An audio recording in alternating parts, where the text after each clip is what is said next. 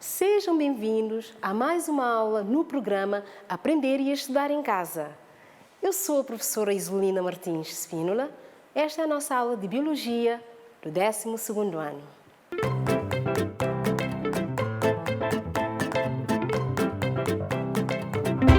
Na aula de hoje vamos dar continuidade ao tema perturbação do material genético e o nosso sumário tem como tema mutações espontâneas e não espontâneas ou induzidas, causas das mutações e agentes mutagênicos.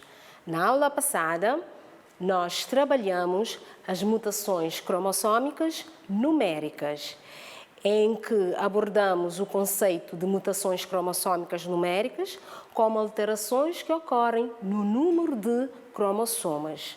Abordamos também os conceitos de aneuploidia, trissomia, monossomia e nulissomia. Também compreendemos os conceitos de zigotos trissômicos e monossômicos como casos de aneuploidias. Na nossa aula hoje, vamos compreender o conceito de mutações espontâneas e não espontâneas e agentes mutagênicos. Vamos conhecer alguns exemplos de agentes mutagênicos e perceber a relação que pode existir entre alguns agentes mutagênicos e o aparecimento de cancro. Vamos começar a nossa aula recordando o conceito de mutações. Quem é que se lembra do conceito de mutações ou mutação? Muito bem, são alterações que ocorrem ao nível do material genético do indivíduo. E as mutações podem ser espontâneas e não espontâneas ou induzidas. As mutações espontâneas podem ocorrer espontaneamente, ocorrem com pouca frequência e, embora a taxa de mutação varie de gene para gene, estima-se que a probabilidade de um gene humano sofrer uma mutação espontânea seja de 1 para 100.000. Vamos ver quando é que ocorre uma mutação espontânea. As mutações espontâneas ocorrem durante o processo de duplicação da molécula do DNA. Então, aqui nós temos a nossa molécula de DNA, ou seja, a nossa dupla fita, que durante o processo de duplicação do DNA abre-se e cada uma dessas fitas vai servir de molde para a síntese das outras novas fitas. Então, vamos analisar as sequências das duas fitas molde que vão servir de molde para a síntese das novas fitas. Aqui nós temos a adenina, citosina, timina e guanina. Então, tendo em conta a complementaridade das bases, a nova fita será sintetizada, portanto, na direção 5' para 3'. Vamos ter a citosina, que vai se ligar com a guanina, a adenina, que vai se ligar com a timina, depois a guanina, que vai se ligar com a citosina, seguido de timina, adenina, guanina, citosina e continuando. Portanto, durante a síntese das novas fitas, vão sendo adicionados os nucleotídeos. Pode ser que, durante o processo de adição dos nucleotídeos, ocorrer um erro na adição dos nucleotídeos. E vejamos, então, a outra fita molde, onde nós temos citosina, adenina, guanina, timina e de seguida de guanina, ok? A nova fita, tendo em conta a complementaridade das bases, ou vamos ter o quê? O que é que vamos ter? Vamos ter a adenina, citosina, timina, guanina. Mas temos aí uma informação que contraria a complementaridade das bases, certo? Sim, muito bem. Podem verificar que onde deveríamos ter citosina, aparece-nos uma adenina. Então, neste caso, temos uma mutação, dizemos que ocorreu uma mutação, porque houve inserção de uma base errada. Neste caso, em vez de citosina, foi adicionado uma adenina. As mutações espontâneas, elas ocorrem com muito mais frequência do que são observadas. Isto por quê? Porque existem mecanismos que reparem os erros quando ocorrem. Mas, contudo, em alguns organismos celulares, como é o caso das mitocôndrias, como é o caso das bactérias e dos vírus, estes mecanismos de reparação de erros que ocorrem não existem. Então, por isso, relativamente a estes organismos, verifica-se uma elevada taxa de mutação. Vamos, de seguida, falar das mutações não espontâneas ou induzidas. Essas mutações resultam quando o material genético fica exposto a agentes mutagênicos, físicos ou químicos. Os agentes mutagênicos que são? São agentes capazes de provocar uma mutação. E os agentes mutagênicos dividem-se de acordo com a forma como atuam em agentes químicos, que, dada a sua semelhança com os nucleótidos, se incorporam no DNA. Temos os agentes químicos ou físicos que modificam as bases do DNA.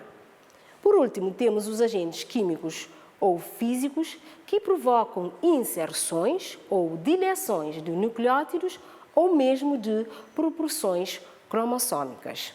Assim, podemos dizer que as mutações induzidas ou não espontâneas provocam mudanças na sequência ou na molécula do DNA. Vamos falar então dos agentes físicos. Vamos ver que a radiação, como sendo um agente físico, pode induzir a formação de dímeros de timina, conduzindo a uma deformação no DNA. Por exemplo, aqui nós temos duas timinas, como podem ver, considerando uma sequência. Se este pedaço, este fragmento de DNA ficar sujeito ou exposto à luz ultravioleta, vamos ver o que é que acontece. O que é que observam? Muito bem, aqui vemos que se estabeleceu uma ligação, ok, entre as bases timinas, ou seja, condicionou a formação de um dímero de timina. E quais são as consequências dessa formação do dímero de timina? Vejamos que esse dímero vai provocar, não é, uma torção, ou seja, uma deformação na molécula de DNA. Vamos analisar os agentes químicos. Aqui temos o exemplo do ácido nítrico, que é um agente mutagênico que provoca desaminação e erro de emparelhamento na sequência do DNA. Neste caso, vamos analisar, por exemplo, se a adenina reagir ou ficar exposto ao ácido nítrico, o que acontece? Reparem que aqui temos a adenina e temos aqui o grupo amina. Se esta molécula ficar exposta ao ácido nítrico, o que é que acontece? Simplesmente vamos ter a substituição desse grupo amina para uma molécula de oxigênio.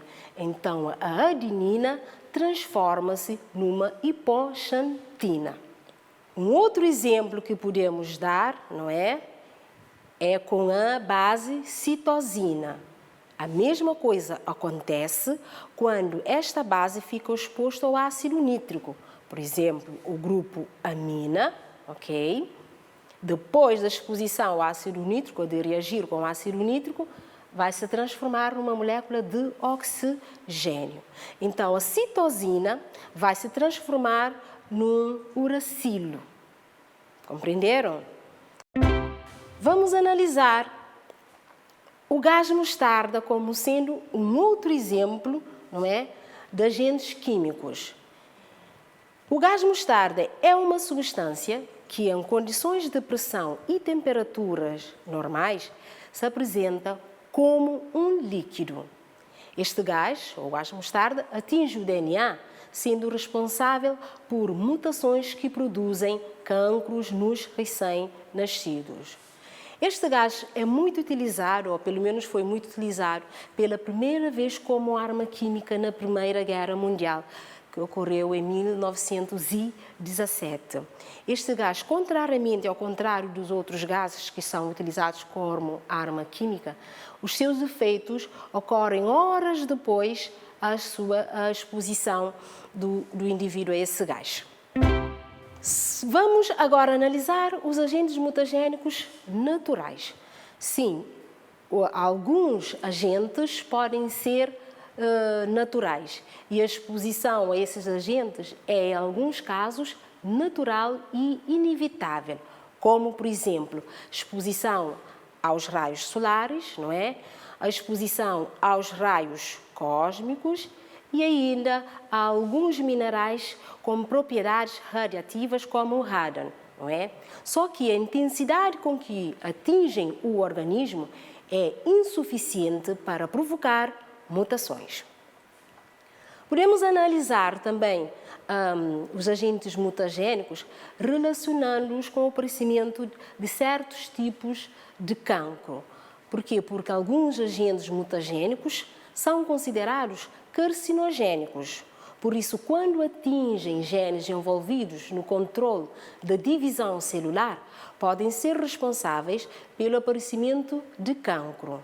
E cancro é um grupo de doenças, não é, que envolvem crescimento celular anormal, com potencial para invadir e espalhar-se para outras partes do corpo, além do local original.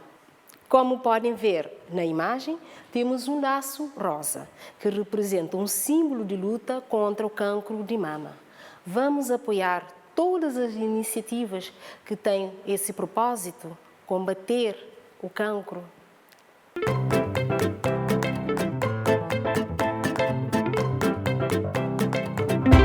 Depois de estudarmos alguns conceitos, como, por exemplo, conceitos de mutações espontâneas, conceito de mutações não espontâneas, agentes mutagênicos.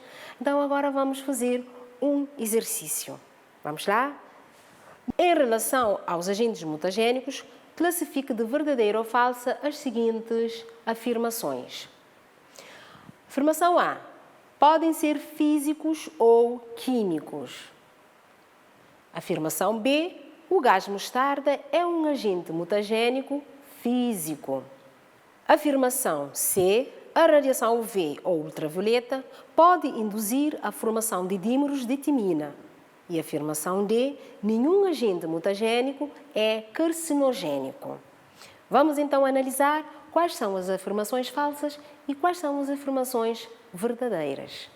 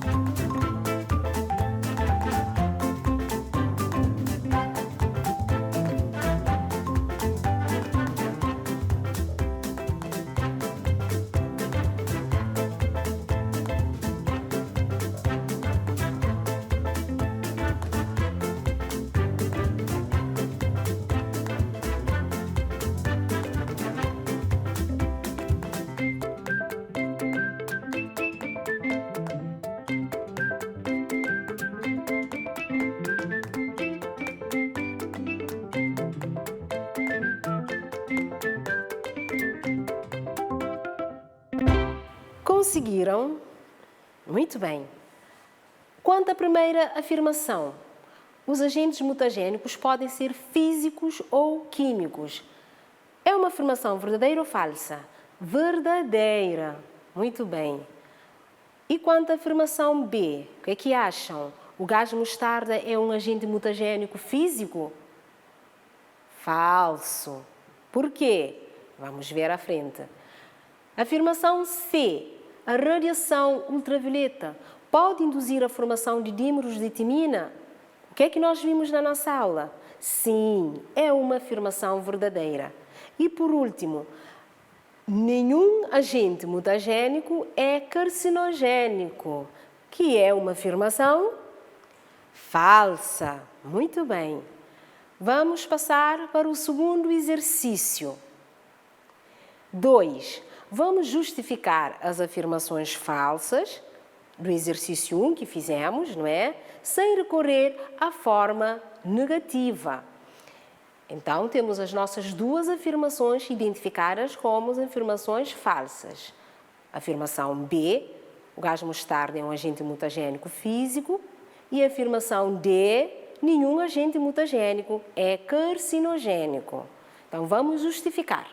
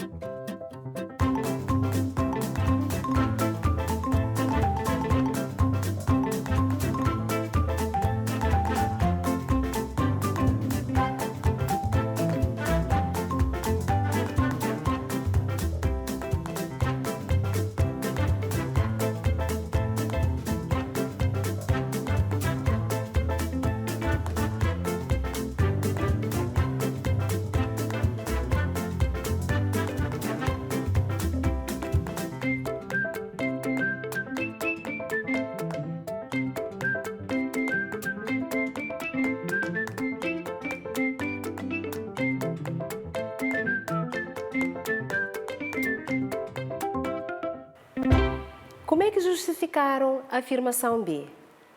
Muito bem, o gás mostarda é um agente mutagênico químico.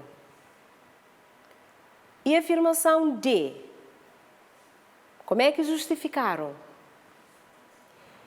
Alguns agentes mutagênicos podem ser carcinogênicos.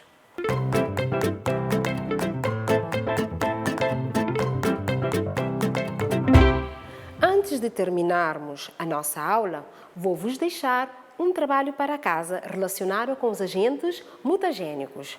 O que é que nós vamos fazer? Faça uma pesquisa sobre o desastre de Chernobyl, que ocorreu no dia 26 de abril de 1986, na Ucrânia. Na sua pesquisa, deve relacionar o acontecimento com o aparecimento de elevado número de pessoas com cancro, deve também justificar a criação de uma zona de exclusão com um raio de 30 km a partir do local do desastre. Portanto, efetuando pesquisas na internet, de certeza que irão encontrar muitos sites com referência a esse desastre.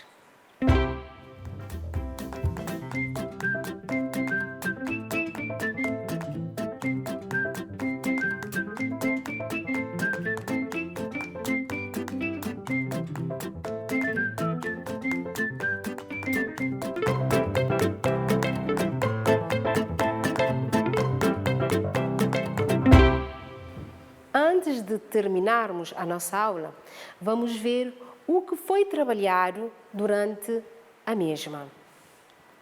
Trabalhamos as mutações espontâneas e não espontâneas, com destaque para os agentes mutagênicos. Okay?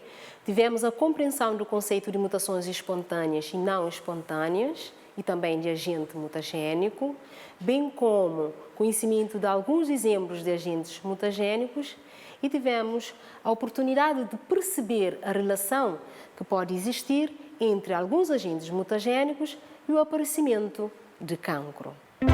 E foi assim, mais uma aula de Biologia no programa Aprender e Estudar em Casa. Fiquem bem, até a próxima!